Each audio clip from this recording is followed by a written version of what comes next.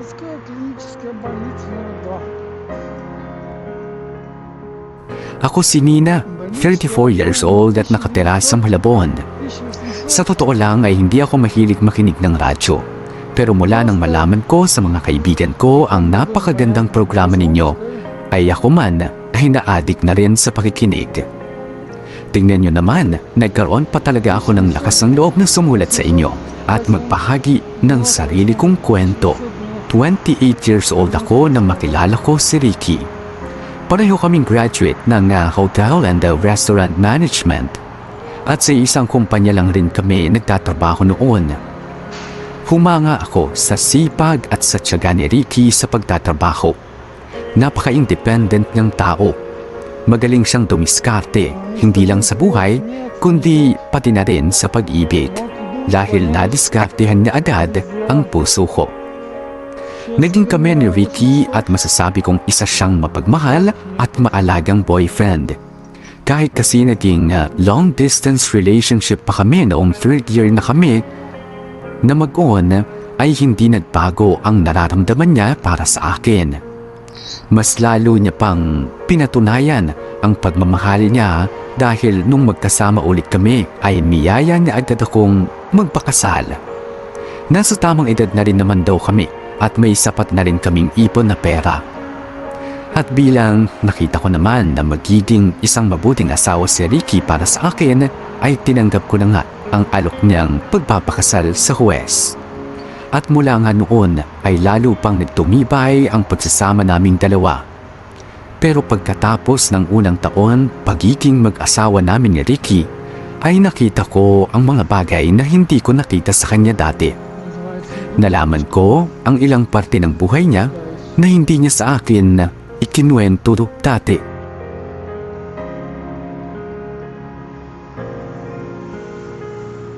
Hi, ma'am! Ano pong hanap nila? Kitchen appliances po? Oo. Kailangan ko kasi ng pressure cooker. Yung pang 6 liter sana. Ay, ma'am! Meron po kami niyan! Tara, dito po tayo banda. Ito po, ma'am. Okay. Ito na ba yung may pinakamagandang quality o brand ng pressure cooker ninyo rito? Yes, ma'am. Yan na po. Pang 6 liters na rin po yan. Sakto sa hinahanap nyo. Tsaka ma'am, may discount na po kayo pag may additional kitchenwares pa kayong bibilhin na pareho ng brand nito. Ganun ba? Di okay pala. Kasi kasama kayong husband ko, siya na yung maghahanap ng mga kitchenwares. So, ma'am, kukunin niyo na po tong pressure cooker? Oo, sige. Kukunin ko na. Pero hihintayin ko lang yung husband ko para i-check kung gumagana talaga yung item. Okay, ma'am. Mamarkahan ko na po tong price tag para reserve na. Okay, thank you. Teka, nasan na kaya si Ricky? Ayan, mapuntahan nga. Han! Nandito ka lang pala. Ano, nakahanap ka na ba ng grater tsaka yung isa mo pang gustong bilhin? Ano nga yun? Measuring spoons ba?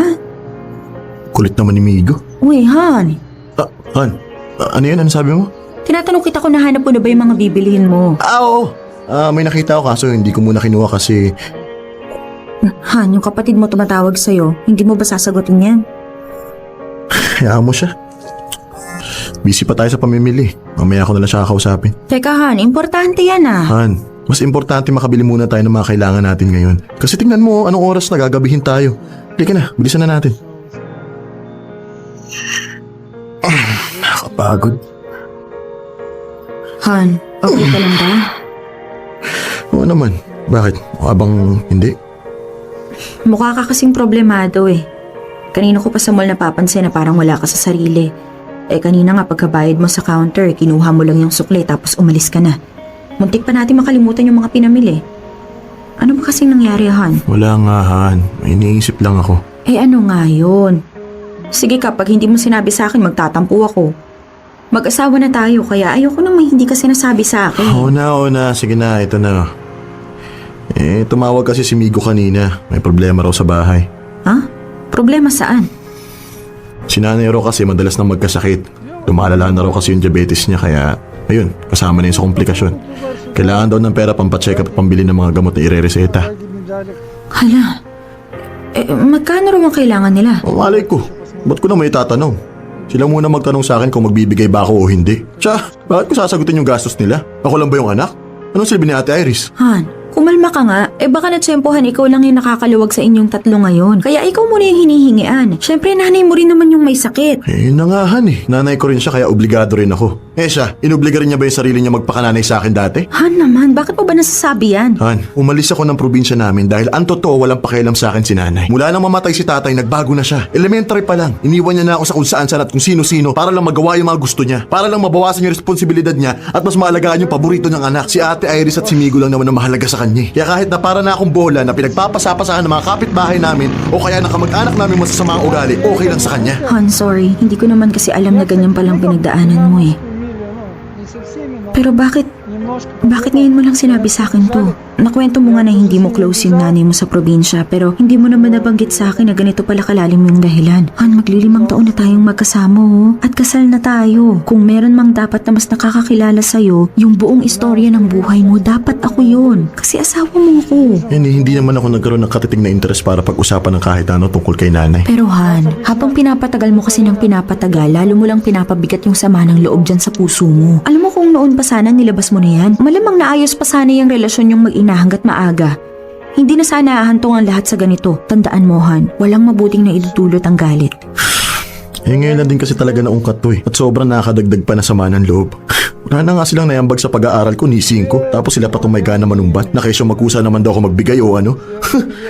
Ano ba't tingin nila sa akin? Life insurance si mama pagtanda? Han, naiintindihan ko kung ano yung pinanggagalingan mo. Kaya hindi rin kita masisisi. Alam mo naman na nandito lang ako lagi para sa'yo eh. At susuportahan kita sa lahat ng gagawin mo. Pero bilang asawa mo, syempre kahati mo na rin ako sa bawat desisyon na gagawin mo. Kaya Han, gusto ko lang din sanang isuggest na magbigay ka pa rin kahit magkano para sa pagpapagamot ni nanay.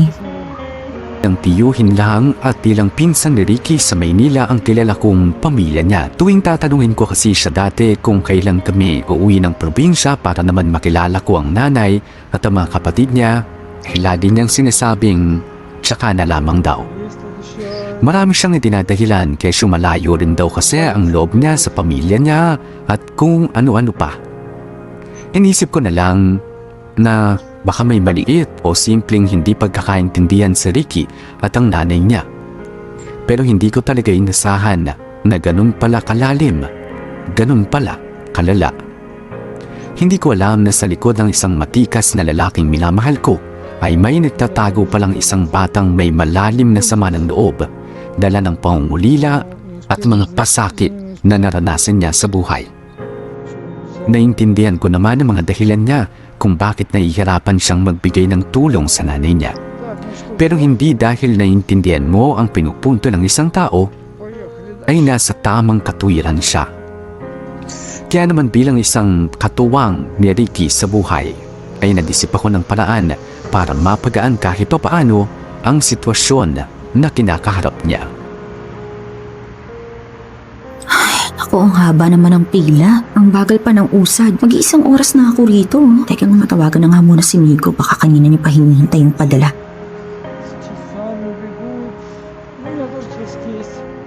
Hello, Ate Nina? Hello Migo. Pahintay-hintay lang yung padala ah. Medyo marami kasing tao dito sa remittance center na napuntahan ko eh. Nakapila pa ako kaya medyo matagal. Baka maya-maya ako pa masend sa'yo yung reference code. Sige ate, okay lang. Text mo na lang ako pag okay na. Naghihintay lang naman ako eh. Kumusta pala si nanay? Anong sabi sa check-up? Ayun te. Sabi ng doktor, kailangan niya ng disiplina sa pagkain. Lalo na yung sa mga matatamis. Hanggat maaari raw sana, puro gulay at prutas lang muna. Bawas na rin daw sa kanin. Para makontrol yung pagtaas ng blood sugar niya. Ganun ba? Kumusta naman yung mga gamot na nireseta sa kanya? Nabili mo ba lahat? O may kulang pa? Nabili ko na lahat ate. Sakto lang naman yung perang na ipadala mo nung nakaraang linggo para sa mga gamot niya. Bali yung ipapadala mo ngayon, ipambibili ko naman ng bagong supplies niya para next week. Kailangan kasi ma-maintain yun eh. Okay. Kailan naman daw yung susunod na check-up? Bali magiging regular na yung check-up niya ate eh. Every 10th of the month na daw. Kasama na dun yung review ng medication. Okay. Mas mabuti na yun para na monitor din yung kalagayan niya. O basta amigo lagi mo lang abangan yung tawag ko para malaman ko agad kung kailangan dagdagan yung budget ni nanay para sa maintenance niya. Sige ate Nina. Saka pinapasabi rin pala ni nanay na salamat daw sa mga pinapadala mong pera para makatulong sa pagpapagaling niya. Saka pasensya ka na rin ate Hiyang-hiya na rin ako sa'yo eh. Pero wala rin kasi akong magawa pa sa ngayon. Naghahanap pa kasi ako ng bagong trabaho eh. Migo, walang problema. Asawa ko si Ricky. Pamilya ko na rin ang pamilya niya. Ang importante, yung gumaling si nanay. Pero ate, sa totoo lang, nakabahan talaga ako dito sa ginagawa natin eh. Baka kasi pag nalaman to ni kuya, pag-awayan niyo pa itong mag-asawa. Alam mo naman siguro na hindi kami okay, di ba? Oo, alam ko. Huwag kang mag-alala, hindi niya naman ito malalaman. Basta Migo, wag mo na kami isipin dito, ha? Mag-focus ka na lang sa pag-aalaga kay nanay, okay? Sige ate, maraming salamat ulit ha. Okay, sige Migo. Umuusad na yung pila. Hintayin mo na lang yung text ko para sa padala, ha? Sige ate, salamat. Hi, hon!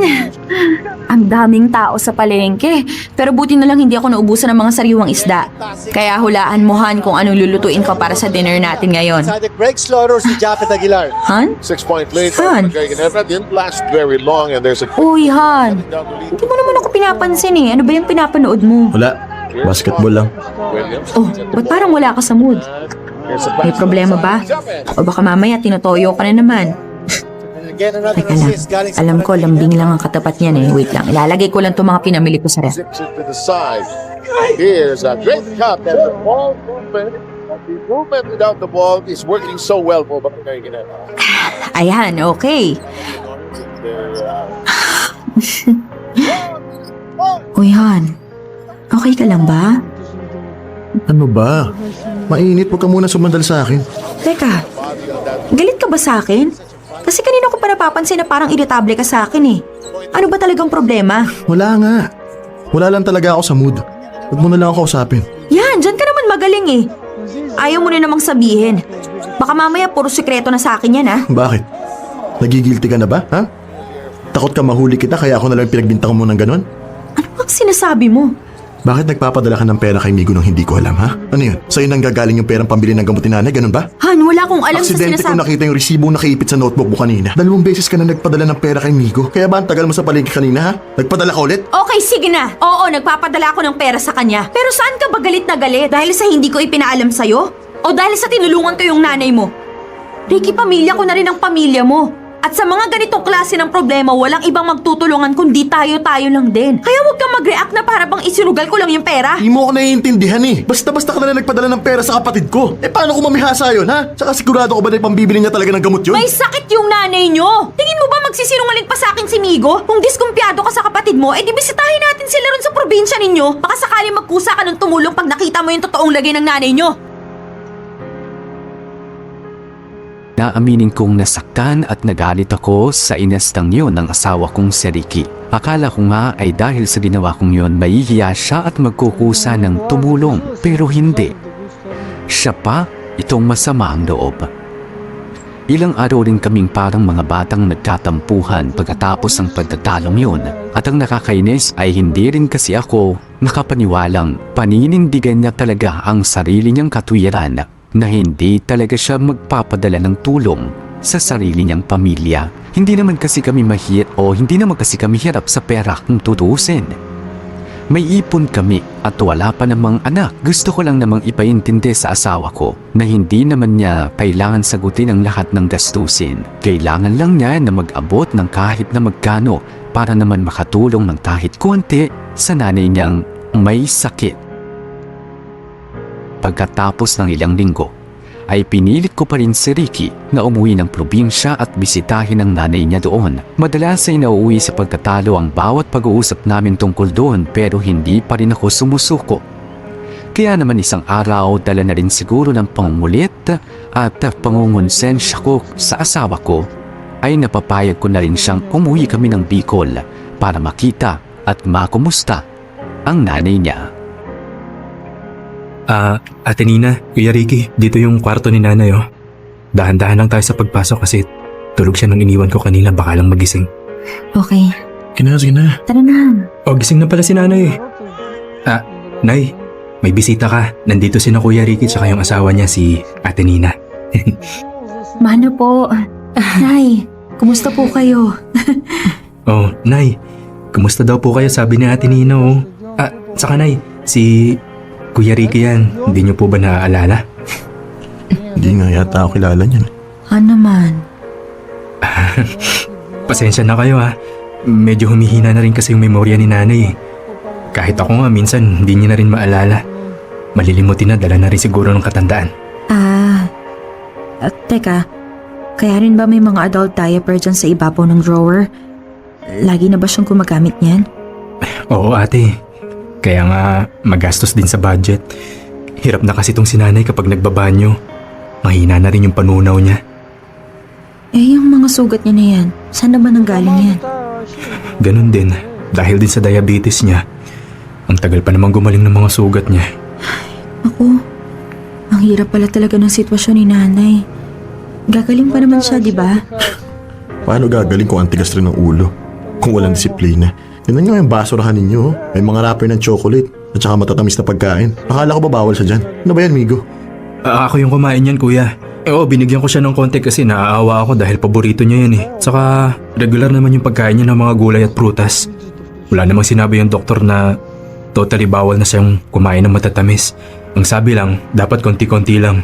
Depende kung mataas o mababa yung sugar. Narason ka pa eh. Alam mo manang-mana ka talaga dyan sa nanay mo. Pareho ninyong kinukonsinti yung isa't isa. Kaya pala lalong lumalala yung sakit niyan eh. Palibhasa kasi, hindi ikaw yung gumagastos kaya wala kang pakialam. Tanggap ka lang ng tanggap ng padala. Ricky! Ganyan na ba talaga kakitid ang utak mo, kuya? Huwag mo naman akong itulad sa'yo. Kasi ako, ginagawa ko ang lahat ng to dahil mahal ko si nanay. Magulang ko siya kaya dapat lang naalagaan ko siya. Ikaw, may pakialam ka lang naman dahil ikaw yung gumagastos eh. Oh, ano ngayon? Oh, bakit? Kung hindi ba dahil sa pera ko, ha? Ricky, anak, ikaw na ba yan? Opo, Nay. Si Ricky po yan. Pangalawang anak niyo po sa 3 magkakapatid. Ako naman po si Nina, asawa niya po. Galing pa po kami ng Maynila. Umuwi po kami rito dahil gusto po kayong bisitahin ni Ricky. Marami po siyang gustong ikwento sa inyo, Nay. Alam niyo po ba? Graduate Ako ng kursong Hotel and Restaurant Management. At salamat sa pagpapabayaan ninyo sa akin ng bata pa ako. Dahil natuto kong pag-aralin yung sarili ko at nakapagtapos ng walang tulong ninyo. Kuya, Ricky, ano ba? Hindi ka man lang ba talaga makikipag-usap na maayos sa nanay mo? Ricky, anak, Sinabihan ko na kayo, di ba? Ayokong bumisita dito dahil wala naman ako matinong sasabihin. Pero nagpupumilit pa rin kayo. kuya, hindi lang naman kasi to basta pagbisita lang. Baka nakakalimutan mo, may kailangan tayong pag-usapan. Di ba sa'yo nabanggit ni Ate Anong Iris? pag-uusapan na naman? Kung sino mag-aalaga kay nanay? Kuya, wag dito, ano ba? Naririnig ka ni nanay. Basta ako, tapos na ako sa issue na yan, ha? Alam niyo yung sagot ko. Hindi, ayoko. Kaya wag niyo lang iasa sa akin yan. Teka, Ricky, Migo, ano pang nangyayari? Ate, natanggap kasi ako sa trabaho abroad eh. Sayang naman kung hindi ko itutuloy. Malaking tulong na rin yun para sa pagpapagamot ni nanay. Kaso ang problema naman ngayon, yung mag-aasikaso at magbabantay sa kanya. Hindi pwede si Ate Iris eh kasi may mga anak rin na inaalagaan. Tapos buong araw pang nasa pwesto sa palengke. Wala rin naman kaming ibang kamag-anak na pwedeng sumalo. Kaya ako naman ang pahihirapan ninyo, ganun. Kuya, pansamantala lang naman eh. Habang wala pa tayong nahahanap na permanenteng mag-aalaga sa kanya. Maawa ka naman kay nanay. Bakit? Sa akin ba naawa siya, ha? Noong mga panahong wala akong matirhan, walang matakbuhan, walang makapitan, naawa ba siya, ha? Tama na! Tama na! Kung ayaw ni Ricky na alagaan si nanay, ako na lang ang sasalo. Ano? Nina, naririnig mo ba yung sinasabi mo, ha? Sa ayaw at sa gusto mo, isasama ko si nanay sa Maynila. Ako muna mag-aalaga at mag-aasikaso sa kanya for the Hindi meantime. naman madali yung pinaplano mo, eh. Bakit? Ano ba yung madaling paraan para sa'yo? Yung iwan si nanay dito sa probinsya na wala mag-aalaga? Pabayaan siya hanggang sa mamatay, ganun ba? Sa inyo? Bahala nga kayo sa buhay ninyo, buwisit! Kuya, sandali lang, saan ka pupunta? Ate Nina, bantayan mo muna si nanay ha, susundan ko lang si kuya. Kuya! Kuya! Nay, ano po? Huwag na po kayo umiyak. Nandito naman po ako eh. Aalagaan ko po kayo. Hindi ko po kayo pababayaan. Pangako yan. Alam kong malaki ang magiging epekto ng desisyon kong yon, lalo na nga sa relasyon namin ng asawa kong si Ricky. Sabi nga ng ibang mga kamag-anak at kaibigan ko, baka hindi lang daw dapat ako nakialam sana. Hinayaan ko na lamang daw sana si Ricky at ang mga kapatid niya na gumawa ng paraan para maalagaan at mabantayan ang nanay nila. Baka daw kasi lalo pa naming pag-awayan ng asawa ko ang issue na yon. Pero hindi. Imbis na mag-play safe ako ay tinatagan ko na lamang ang loob ko. Gusto ko lang talagang makatulong at isa pa, naaawa ako kay nanay. Matanda na siya at mahina na ang pangangatawan. Mas lalo lang lalala ang kondisyon niya kung sasama o kung sasama at sasakit din pati ang kalooban niya. Kaya kahit unti-unti nang nag-iiba ang pakikitungo sa akin ng asawa kong si Ricky mula nang isinama ko si nanay sa Maynila, ay tiniis ko na lamang. Nagdasal na lamang ako at humiling na sana sa ganong paraan ay maliwanagan si Ricky na mas mahalaga ang magulang niya kaysa sa sama ng loob na nararamdaman niya mula noon pa. Sa paglipas ng ilang linggo at mga buwan ay masaya ako dahil kahit papaano ay nakakakita na ako ng mga magagandang pagbabago sa kondisyon ni Nanay Lisa. Dati kasi hirap pa akong kunin ang loob niya. Nahihiya rin kasi siya sa akin. Kaya kung minsan ay hirap siyang magsabi ng mga nararamdaman niya sa katawan niya, gaya na lamang kapag ka nagugutom nga siya. Masakit ang tiyan, naiinitan, nilalamig, at lalo na nga kapag kinakailangan niyang magbanyo. Kaya naman, todo adjust talaga ako at sa tulong na rin ng doktor, ay inobserbahan ko ang tamang daily routine para sa kondisyon ni Nanay Lisa. Inaral ko rin kung papaano makipag-usap sa kanya nang hindi siya mahihiya sa akin. Niyaya ko siyang magkwento palagi dahil alam ko na mas madali siyang nalilibang kapag kaganon. Hanggang sa unti-unti na ngang napalapit ang loob namin ng binan ko sa isa't isa. O Nay, tanghalian na po. Kailangan nyo na po kumain para mapainom ko na kayo ng gamot. Ito po, tikman niyo yung niluto kong tinola. Tinola? Paborito ko yan. Kaya nga sinarapan ko po talaga yung luto nito dahil alam kong paborito ninyo. Ito na po. Susubuan ko na kayo Ay, teka, baka masyadong mainit. O ayan Nay, higupin niyo na po yung sabaw. Nay, higupin mo na. Hinipan ko na po yan. Si Nanay talaga. O ayan, sige na po. Sayang yung sabaw, baka matapon. Ayan. Ang sarap. Sabi ko naman po sa inyo, di ba? Masarap po talaga yan. O ito po, yung kanin naman. Ito po. Ayan. Dahan-dahan lang po ng nguya, ha? Paborito rin yan ni Ricky. Lalo na pag may sakit siya, ganyan din. Sinusubuan ko rin siya. Talaga po. Ang swerte pa rin po talaga ni Ricky sa inyo, Nay, no? Kasi at least siya lumaking may nanay. Ako po kasi, sanggol pa lang nung namatay si Mama. Si Papa lang po ang nagpalaki sa akin. Kaya, ang saya ko po tuwing kasama ko kayo. Kasi kahit pa paano nararanasan ko kung paano mag-alaga ng nanay na may sakit. Ang bait-bait mong bata. Sigurado ako, kung nasan man ang nanay mo ngayon, ipinagmamalaki ka niya. Salamat po, Nay. Ito po. Kumain po kayo. Ayan. Very good po. Mas may gana ka palang kumain, Nay, pag may kasamang kwento, no? Mahilig akong magkwento. Ako, halata nga po eh. Sige nga, Nay. Kwentuhan niyo po ko ng mga karanasan niyo mula pagkadalaga hanggang sa magkapamilya kayo. Ano pong naging trabaho niyo? Paano niyo po pinuhi yung mga anak niyo? Lumaki ako sa palengke. Sa bayan namin sa Quezon. Nagtitinda ako ng mga kamote, mais, saging. Hanggang sa nagdalaga ako. Nakilala ko si Ramil. Kargador siya ng mga gulay at bigas. Nay, ba't natatawa po kayo? Naalala niyo po siguro yung unang pakikita ninyo ni Ramil, no? Ay, si Nanay. Ako ay napakagwapo kasi ni Ramil. Mabait din siya. Sobrang sipag at kamukhang kamukha siya ni Ricky. Talaga po? Kung ganun, sa kanya po pala nagmana si Ricky. Pareho rin silang matiisin at matyaga at si Ricky lang ang nakakuha ng ganong ugali ni Ramil. Pareho silang kayang magsulo sa buhay. Kaya nung sobrang naghirap ang buhay namin noon, hindi ko masyadong problema si Ricky. Kasi po, Kasi sa kanilang magkakapatid, siya yung pinakamatalino.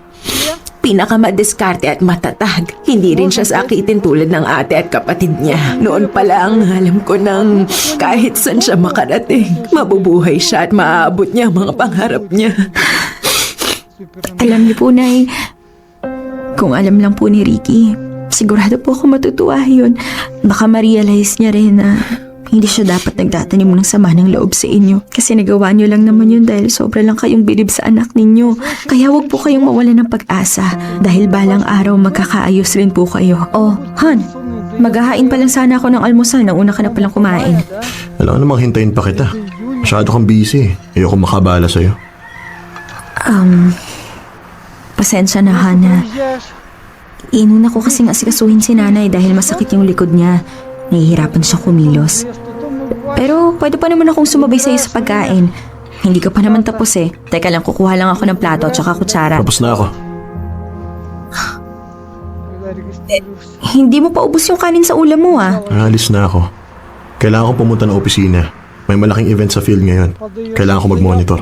Pero Han, day off mo ngayon, di ba? Kaya nga, wala eh. Mas gugustuhin ko na lang pumasok sa trabaho kaysa mabuisit dito sa bahay tuwing day off ko. Ano? Teka nga, ano na naman bang problema? Anong problema? Gusto mo sabihin ko sa'yo, nakalimutan mo na yung pagiging asawa mo sa akin. Mula nung nagpakabayani ka dyan sa pag-aalaga mo kay nanay. Wala ka nang oras sa akin, no? Wala pa nga tayong anak, dinaig mo pa yung may mga anak ng inaalagaan. Han, intindihin mo naman sana ako. Hindi ako nagpapakabayani rito. Gusto ko lang namang makatulong. At hindi ibang taong tinutulungan ko. Masama ba yun? Masama, dahil hindi mo na nagagawa yung mga responsibilidad mo, kakasalo mo sa obligasyon ng iba. Ano tayo makakapag-focus sa pagbuo ng sarili nating pamilya kung ganyan ka? Han naman, lagi na lang natin pinag-aawayan tong issue na to eh. Hindi na ba ito matatapos? Hanggat nagpapakaanak ka sa taong kahit kailan, hindi ko may tuturing na isang magulang, hindi ito matatapos. Parang totoong nanay na ang turing ko kay Nanay Lisa. Dahil lumaki akong walang nakadis ng ina. Pero kung ano man ang ikinagaan ng loob ko, nakasama siya ay siya namang ikinasama kapag tahap ko na si Ricky. Sa totoo lang, mas konsumido pa nga ako sa asawa ko kaysa sa biyanan ko. Habang tumatagal kasi ay lalo lang lumalala ang hindi magandang pakikitungo sa akin ni Ricky. Bukod sa pabalang na niya akong palagi kong kausapin, ay madalas na siyang ginagabi sa pag-uwi at wala sa bahay. Ni hindi siya dumidikit o umaharap man lang sa akin sa pagtulog namin sa gabi. Kitang-kita ko na nawawalan na siya ng gana. At nakakagalit lang talagang isipin na nagiging ganun siya dahil lang sa inaalagaan ko ang mismong nanay niya. Ang selfish lamang kasi ng mga dahilan niya. Ako na nga lang ang nahihiya kay nanay tuwing sinasagot-sagot niya ito ng pabalang. Nakaka-stress din minsan dahil nagagawa niya pang magparinig. At dahil sa mga nangyayari ay bigla tuloy akong nakarealize ng isang bagay. Nakilala ko lang si Ricky dati bilang isang lalaki, boyfriend at asawa. Pero never kong nakilala kung papaano siya maging isang anak sa magulang niya. Sa kabila ng bigat ng sitwasyon na yon ay mas pinili ko pa rin umintindi at magpasensya. Gusto ko rin kasing maging tulay para magkaayos si Ricky at ang nanay niya. Gusto kong paglapitin sa isa't isa ang mag-ina. Oo, alam kong mahirap, pero alam ko rin hindi naman ito imposible. Oo, ayan, Nay. Tapos na mag-blow ng candle si Ricky. I-ready niyo na po itong regalo ninyo. Tsaka, ano na po yung sasabihin niyo pag ibibigay niyo na itong regalo sa kanya, di ba? Sige nga, i-practice natin. Happy birthday, anak. Sana magustuhan mo yung regalo ko sa'yo. I love you. Ayan, tapos, ngiti po kayo, Nay, ha? Nawala kasi yung ngiti, eh. Ayan, para cute, tsaka yakapin niyo rin siya pagkatapos para mas ma-feel din ni Ricky na love niyo siya. Ako, Nay, ayan na si Ricky, papalapit na sa atin. Itago mo muna yung regalo, dali. Han, kumain na kayo. Asikasuhin ko lang iba pang mga bisita. Dumating na din kasi yung mga katrabaho ko eh. Ganun ba? Okay, sige. Punta na ako Teka, Han. May ibibigay lang sa'yo si nanay. Ay, ibigay mo na, dali. Happy birthday, anak. Sana Salamat. Pupunta ako na iba pang mga bisita. Nay, okay lang po ba kayo? Hindi yata nagustuhan yung regalo ko. Nay, hindi po. Nagustuhan niya yan, promise. Marami lang talaga siyang bisitang kailangan asikasuhin. Mamaya mo na lang ituloy yung pagsabi ng I love you sa kanya at pagyakap, okay? Hindi pa naman tapos ang araw, Nay, eh. Kaya, smile ka na. O tara na po, Nay. Kumain na lang po muna tayo. Ayoko nang kumain. Bakit naman po, Nay? Hindi ba kayo nagugutom? Ay naku, oo nga pala, nagmerienda tayo ng suman sa biyahe kanina. Busog pa kayo, no? Masakit kasi yung tiyan ko. Po? Naku, teka, hindi kaya... sige, sandali lang po, Nay. Hanap tayo ng public na CR dito. Ay, saan kaya meron? Ayun, may nahanap na po ako. Sandali lang po, kukunin ko lang tong bag ko, ha? Halika na po, Nay. Hala, Nay. Wala pala akong nabaong diaper nyo rito sa bag. Naku, paano kaya to? Teka, okay lang po ba kayo, Nay? Pawis na po kayo, eh. Ang init at saka ang sikip dito sa banyo parang hindi ako makahinga. Lumabas na tayo. Nay, hindi naman po kita pwedeng ilabas nang wala kang diaper. Tsaka medyo nadumihan na rin po tong pantalon nyo. Teka, tatawagan ko lang po si Ricky, Nay, ha? Hello, Han. Bakit? Han, busy ka pa ba? Makikisuyo lang sana ako kung pwedeng kunin mo yung isang bag na nandun sa van. Andun kasi yung diaper ni nanay. Nasa CR kami ngayon, kailangan na kasi niyang magpalit. Tsaka hindi na siya komportable dito. Nako, Han. Kasama ko kasi ngayon yung manager namin May biglaan kasing penalty na kailangan namin asikasuhin ngayon para mabayaran at saka masettle na kagad. Naapektuhan na rin kasi ibang projects hindi ko naman matansya kung ilang minuto o oras pa itatagal nito bago matapos. Lumabas na tayo. Pero babe, hindi po pwedeng kahit sandali lang ikaw na muna magbantay kay nanay dito sa CR. Kailangan ko lang Babe, talaga... sorry. Ibababa ko na. May kailangan na akong pirmahan. Kakausapin ko na ulit yung manager ko. Bye. Paano na ba to? Ang layo pa yata ng pinagparkingan ng van kanina. Sige, Nay, ganito na lang po. Iiwan ko po muna kayo rito, Kukunin ko lang po yung diaper, pero promise, bibilisan ko po. Tatakbuhin ko, okay lang po ba yun? Sige, pero bilisan mo, ha? Opo, Nay, babalik din po ako agad. Dito lang po kayo, Huwag po kayong aalis. Hintayin niyo po ako dito, babalikan ko kayo agad. Nay? Nay, nandito na po ako. Ba't walang sumasagot? Ba't walang tao? Dito ko lang siya iniwan sa cubicle na to, Wait lang, baka nandito siya sa kabila. Nay? Hindi siya pwedeng mawala. Ba't wala siya dito? Diyos ko po, baka lumabas yun. Siya ko nga sa labas, baka naglakad-lakad lang. Nay! Nay! Diyos ko po, kanina pa ako paikot-ikot dito. Saan ba nagpunta yun? Tanungin ko nga tong guard. Kuya guard? Yes, ma'am. May nakita po ba kayong matanda na palakad-lakad dito? Naka-blue na shirt, nakatali yung buhok, tsaka mistisa po. Nasa halos 70 years old na po siya. Biyanan ko po kasi yun Teka lang nako ma'am, wala po ako napansin Ang dami rin po kasing tao na labas-masok dito sa resort. Pero wag po kayo maglala, magpaparadyo na po ako para makatulong yung iba pa naming personal dito sa paghahanap ng biyanan nyo kung nawawala nga po siya. Kuya, hindi niyo po ba mache-check sa CCTV? Kasi sa totoo lang nakailang ikot na po ako rito Na-check ko na rin po lahat ng CR pero hindi ko po talaga siya mahanap. Ma'am, meron man po kaming CCTV. Pero nasa kabilang building po yung office namin doon lang po pwedeng mag-viewing ng CCTV footage. Saka kailangan po ng permission sa admin. Nay, nasan ka na ba? Kailangan na itong malaman ni Ricky. Hello, Han. Saan ka ba? Napakita hinahanap Ricky. Ba't ka umiyak? Ricky, si nanay. Nawawala. Halos masiraan ako ng bait nung araw na yun. Hindi ko na alam kung saan at papaano hanapin si Nanay Lisa. Nagpa-review kami ng CCTV pero lalo lang akong nataranta dahil nakita lang namin kung papaanong nagpalakad-lakad si nanay hanggang sa naligaw na nga siya. May nilikuan kasi siyang isang iskinita na sira ang CCTV. Kaya nahirapan na kaming sundan pa kung saan na nga siya nakarating.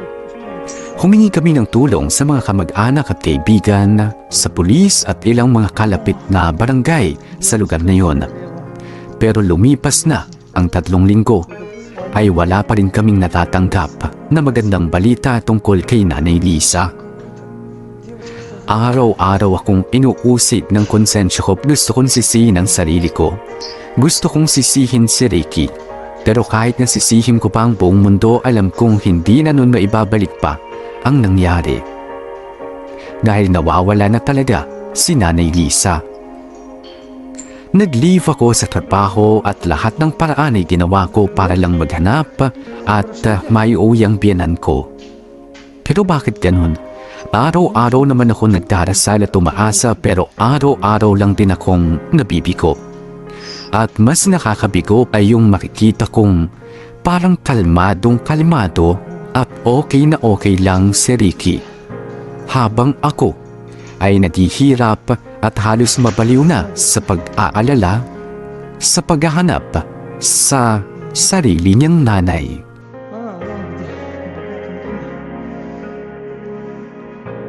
Han, ilang linggo ka nang walang maayos na tulog at kain. Putlang-putla ka na oh. Halika na. Mag-dinner na muna tayo para makapagpahinga ka na rin, ha? Sige na. Nakausapin mo naman ako. Ilang linggo mo na ako hindi pinapansin eh. Ayokong kumain. Ayoko magpahinga at lalong ayoko nakausap. Ano naman? Lumabas ka na muna. Ano ba to? Huwag mo naman pabayaan yung sarili mo. Baka mamaya ikaw naman yung magkasakit. Okay, fine. Lahat tayo nag-aalala kay nanay. Saka ginagawa naman natin ang lahat para mahanap siya. Han, sige na. Di ka na. Kumain na tayo. Han. Ano ba? Sabi na nga ayoko, di ba? Ganyan ka ba talaga katigas, ha? Ang galing mo naman. Paano mo nakakayanang kumain at matulog ng maayos sa ganitong sitwasyon, ha? Ricky, mag-iisang buwan nang nawawala ang nanay mo! Halos mamatay na ako sa pag-aalala tapos ikaw parang wala lang. Ano, masaya ka na ba? Ito na yata yung matagal mong gusto eh. Yung mawala na siya sa buhay mo. Anong klase kang anak? Nina, makinig ka muna sa akin, please. Oo, galit ako kay nanay. Matagal na ako nagtinim ng sama ng loob sa kanya. Pero hindi ibig sabihin nun, gugustuhin ko na mapahamak siya, na mawala siya. Sinungaling! Matanda na si nanay. Hinang-hina na siya dahil sa sakit niya. Kailangan niya ng tulong mo pero anong ginawa mo? Halos ipagtabuyan mo lang siya. Hindi ka nagbalasakit. Wala kang ibang inisip kundi ang galit mo. Napakamakasarili mo. Hindi ka na nahiya. Kung meron mang mas dapat sisihin sa nangyari kay nanay, ikaw yon. Bakit? Kasi kung ginawa mo lang yung pakisuyo ko sa'yo nung araw na yun, hindi ko na sana kinailangan pang iwan si nanay at hindi sana siya nawala. Nina, I'm sorry. Maniwala ka, hindi ko naman sinasadya eh. Kung alam mo lang kung gaano ako nagsisisi ngayon, please huwag ka naman magalit sa akin oh. Huwag ka sa akin mag-sorry. Hanapin mo ang nanay mo at sa kanya ka humingi ng tawad. Gusto mo nang maging ama, di ba? Gusto mo nang makabuo tayo ng pamilya? Pues matuto ka munang maging isang anak bago ka mangarap maging isang magulang. Gagawin ko ang lahat para mahanap si nanay. Hindi ako titigil hanggat hindi ko siya nakikita. At gagawin ko ang lahat makabawi lang sa lahat ng pagkukulang ko sa kanya. Buwisit talaga oh. Hanggang ngayon wala pa rin matinong update tungkol kay nanay. Mag-iisang buwan na. Paulit-ulit na lang yung mga email na natatanggap ko. Nakakapikon na. Nina, may tumawag sa akin ngayon.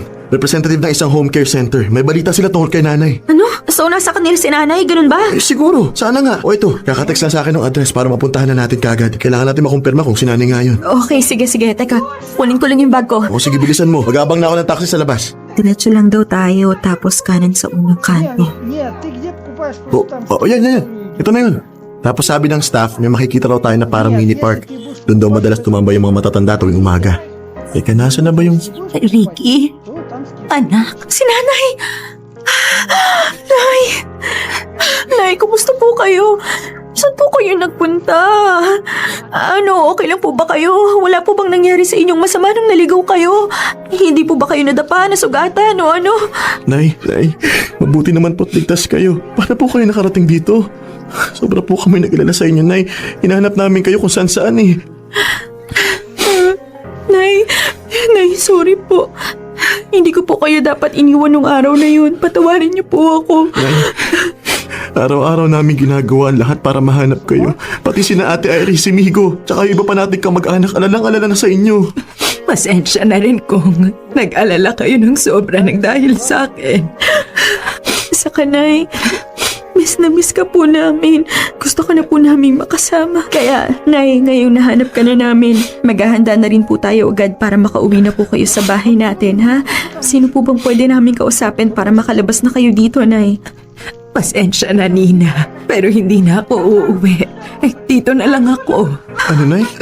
Anong hindi po kayo uwi? Nay, hindi po namin kayo pwedeng iwan dito. Nay, hindi po namin kakayanin yun. Nay naman. Anak, sorry. Mag-iisang buwan na akong nakatira dito. Kung tutuusin, pwede akong magpatulong sa kanila para mahanap niyo ko at makauwi. Pero sinadya ko talagang wag gawin yun dahil ayokong makaabala sa inyo. Ayoko nang maging pabigat at maging daan ng away ninyong magkakapatid at ninyo ni Nina. Masaya naman ako dito, anak eh. Inaalagaan nila ako ng mabuti at marami akong nakikilalang bagong mga kaibigan. Gusto kong makabawi sa lahat ng naitulong niyo sa akin. Kahit man lang sa ganitong paraan. Mapagbayaran ko ang lahat ng naging pagkukulang at pagkakamali ko sa iyo. Nay, hindi po. Huwag naman po kayong mag-isip ng ganyan. Sasama kayo sa amin ni Ricky. Nay, ha? Uuwi tayo. At hindi lang basta bahay ang uuwian natin, kundi tahanan, Nay. Tsaka, mas maaalagaan ka namin na maayos kasi kami yung pamilya niyo. At mahal na mahal ka namin. Pero, Nay, makinig kayo sa akin ha. Kung meron man dapat bumawi sa ating dalawa ko yun. Kasi nasaktan ko kayo at mas marami ako naging pagkukulang sa inyo. Ang sama-sama ko, anak. Kaya sana, Nay, sana mapatawad niyo pa po ako. Sana hindi pa huli ang lahat para may tama ko lahat ng pagkakamali ko sa inyo.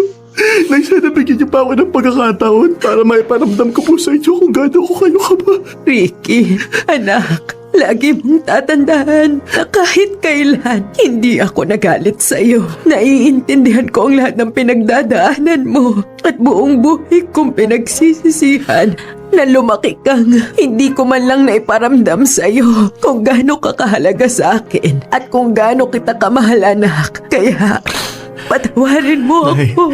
Nay, pinapatawad ko na po kayo. Kaya sana makapagsimula tayo ulit. Namahal ko po kayo. Gusto ko na po kayong makasama. Kaya sige na, Nay. Uwi na po tayo, ha? Kasama na po kayo sa amin, Nay. Uwi na po tayo. Please. Sige, anak. Uuwi na tayo. Salamat, ha? At maraming salamat din sa iyo, Nina. Ikaw ang naging tulay para maging ganito ko kasaya ngayon. Salamat din dahil hindi mo kami sinukuan ng anak ko. Mahal na mahal kita, anak. Sa wakas ay naiuwi na rin namin sa bahay si Nanay Lisa. Masayang masaya ako dahil yon ang unang beses na nakita kong niyakap ni Ricky ng mahigpit ang nanay niya. Kitang kita ko rin kung gaano kasaya si Nanay Lisa ng mga sandaling yon. Nakahinga na rin ako ng maluwag dahil nangyari na ang matagal ko nang ipinagdarasal at hinihiling sa Diyos. Ang magkaayos, ang mag-ina. At magmula nga noon, si Ricky na halos ang nagbabantay at nag-aalaga sa nanay niya. Так вот, напротив Италии. Nagtayo na rin siya ng isang negosyo na balak naming palakihin para mabawasan na ang oras na iginugugol niya sa pagtatrabaho. Tumatakbo raw kasi ang oras at hindi niya alam kung hanggang kailan na lamang niya makakasama si Nanay Lisa. Kaya babawi na raw siya habang may panahon pa.